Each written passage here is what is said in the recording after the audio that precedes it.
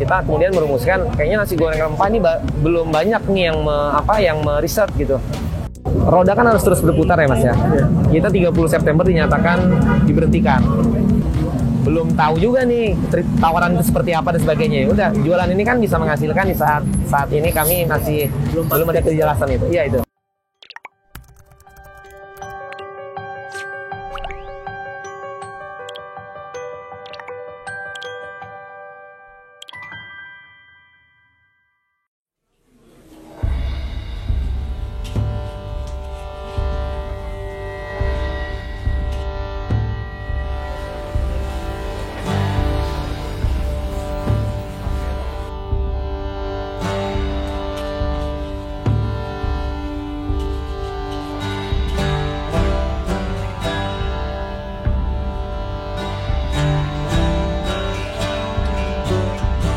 Nama lengkap saya Juliadi Tigor Simanjuntak.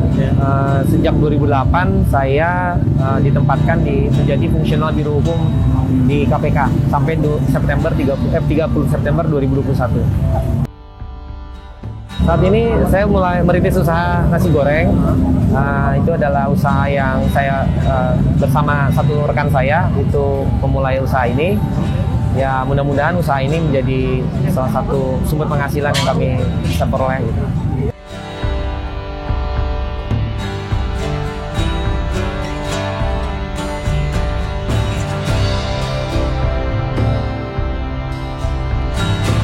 Kalau kami ya hasil dari diskusi gitu ya memang kuliner berbagai macam ragam ya, tapi kami dari hasil diskusi kami mengerucut bahwa makanan kuliner yang mudah diterima gitu, semua orang rasanya nggak suka. Kedua, biaya produksinya murah, yaitu nasi goreng gitu.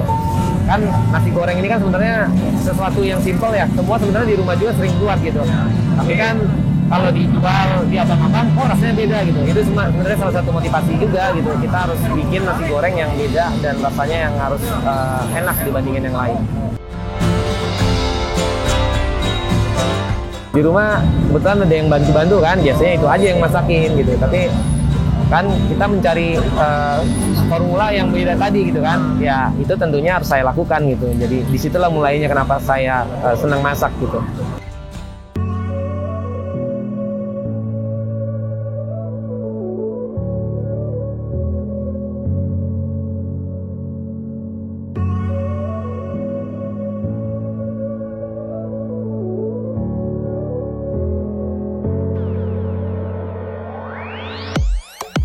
Pertama gini, sebelum kita masuk kuliner, kita kan pasti waktu itu diskusi, kita kira-kira mau jualan di mana sih, segmennya apa gitu.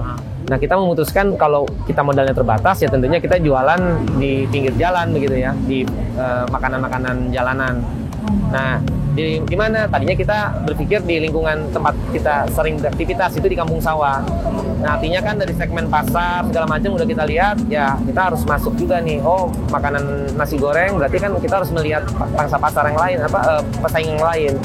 Nah baru kita melihat oh ternyata kita harus nyari pembeda di nasi goreng dengan yang lain ya. Kita kemudian merumuskan kayaknya nasi goreng rempah ini belum banyak nih yang meriset gitu. Akhirnya kita kemudian memutuskan fokus di area itu nasi goreng rempah. Nasi goreng rempah. Betul.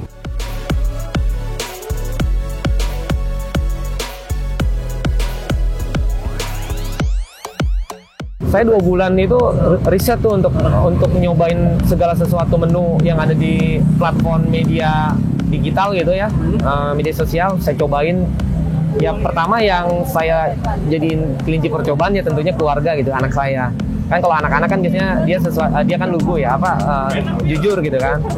Ya pasti ada ininya juga, ada gagalnya, nggak enak, terlalu ini gitu. Sampai saya menemukan menu atau resep yang udah mulai terbentuk, baru saya beranikan mencobanya ke rekan-rekan teman-teman permainan lah gitu.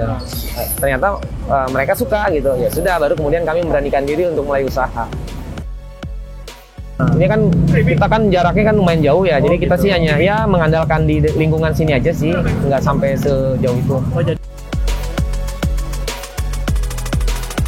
Jadi saya biasanya di hari Sabtu Minggu gitu ya, ada waktu luang teman-teman juga ada, kita undang. Nanti kita minta reviewnya, ini kita coba, silakan ada nggak ininya, komentarnya dan sebagainya. Itu sih. Kita untuk mulai riset rasanya aja itu berjalan 2-3 bulan, Mas.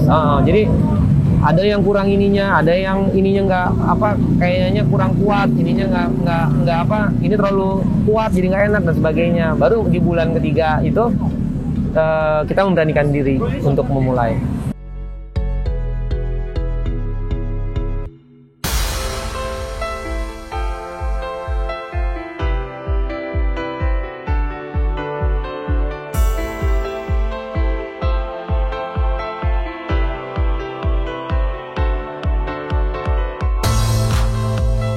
Dengan modal yang terbatas, tentunya kami harus berputar otak gitu ya. Nah, kalau untuk gerobak misalkan, kami mencoba mencari di katakanlah di media sosial gitu yang menjual gerobak-gerobak bekas jualan. Kami menemukan ini, ya kondisi masih baik dengan harga yang murah.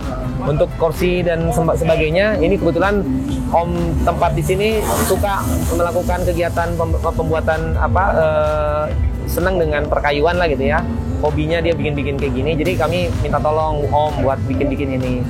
Jadi kami benar-benar bukan hanya menyiasati, tapi yang ya dengan modal terbatas tentunya kami harus berputar otak ya biar bisa yang ada gitu, dengan yang ada bisa yang terbaik lah.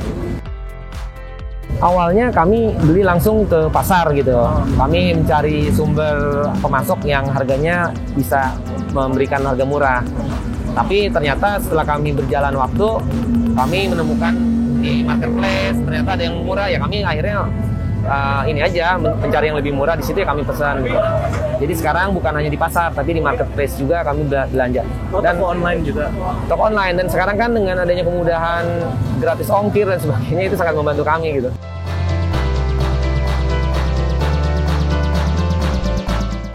Selain rekan kami, ada 2 orang yang membantu yang membantu usaha ini, yaitu tadi pemuda-pemuda inilah. Ya mitra lah kami. Karena kami gini, kami dari awal tuh bilang bahwa kita nih modal nggak besar, kami tidak bisa memberikan penghasilan yang lebih baik, tapi kami menjanjikan kalau kita maju bersama, tentunya penghasilan yang didapat juga lebih besar gitu. Jadi kami kayak menerapkan prinsip share profit lah gitu. Itu kan memotivasi juga kan ya. Artinya ketika kami menghasilkan lebih, ya tentunya penghasilan mereka juga akan lebih gitu.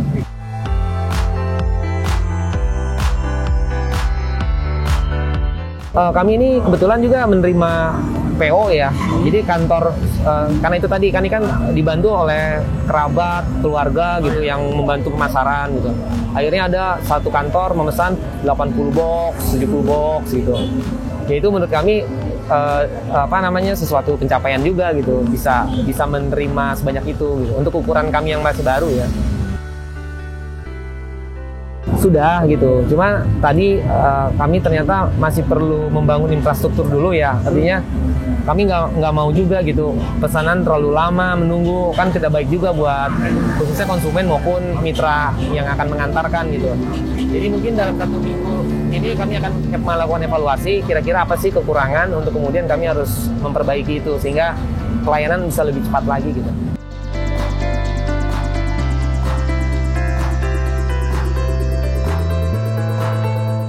Yang pasti tempat masaknya harus ada 2 gitu, personil yang membantu harus lebih gitu. Itu kan salah satu evaluasi yang kalau saya bisa perhatiin kan, yang bisa memperlancar lah proses produksi nantinya. Untuk yang termurah saat ini 10.000 sampai 13.000. Tapi nanti kalau harga normalnya itu di kisaran 15.000 untuk 18.000. Itu di luar harga ojol ya, kan karena harga ojol tentunya berbeda dengan harga yang datang ke sini begitu. Selama sebulan ini kami mempromosikan harga yang tadi 10.000, yang paling mahal 13.000.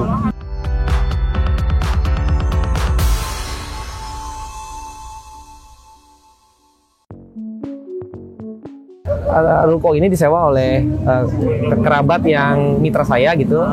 Dia memberikan kemudahan untuk berjualan. Jadi silakan jualan di sini. Jadi kami kemudian memutuskan ya bisa dijual di sini, ya diterima dengan baik, tidak mengeluarkan biaya yang besar, ya sudah kami di sini. Kedua kan ini kan tempat letaknya cukup strategis. Ketiga tidak mengganggu juga karena ini kita berada di dalam ruko ya. Artinya kita tidak di pinggir jalan yang kesulitan untuk parkiran dan sebagainya. Itu aja sih salah satu 3 pertimbangan itulah yang kemudian kalau roda kan harus terus berputar ya Mas ya. Kita 30 September dinyatakan diberhentikan. Ketika itu ya saya harus memiliki kegiatan produktif. Tapi sesuatu yang netral gitu. Itu tadi sesuatu yang bisa diterima ya, kegiatan ini kan pasti bisa diterima lah. Saya tidak melakukan kegiatan yang nantinya bisa menimbulkan sesuatu karena kan kita kan belum jelas tadi kan. Belum tahu juga nih tawaran itu seperti apa dan sebagainya. Ya udah, jualan ini kan bisa menghasilkan di saat ini kami masih belum ada kejelasan itu. Iya itu. Pasti itu jadi pertimbangan, tapi kan kami belum juga tahu. Ini pasti akan berjalan dan saya berharap ini bisa terus berkembang dengan kami memiliki beberapa tempat gitu. Karena itu tadi kami tidak ingin menaikkan harga, tapi kami percaya banyak pembelian itu menjadi profit juga menjadi tinggi kan. Jadi prinsip kami adalah sedikit keuntungan banyak penghasilan.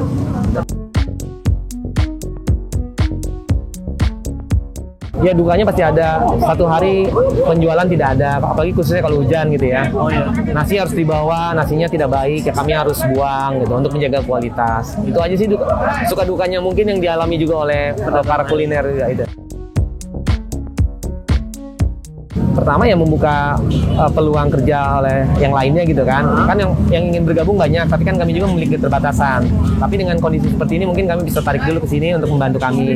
Tapi dengan kami membuka cabang, tentunya kami juga memiliki pangsa pasar yang berbeda dan yang itu tadi pegawai-pegawai yang baru bisa membantu juga kan berbeda gitu. Itu aja harapan kami mengembangkan ini.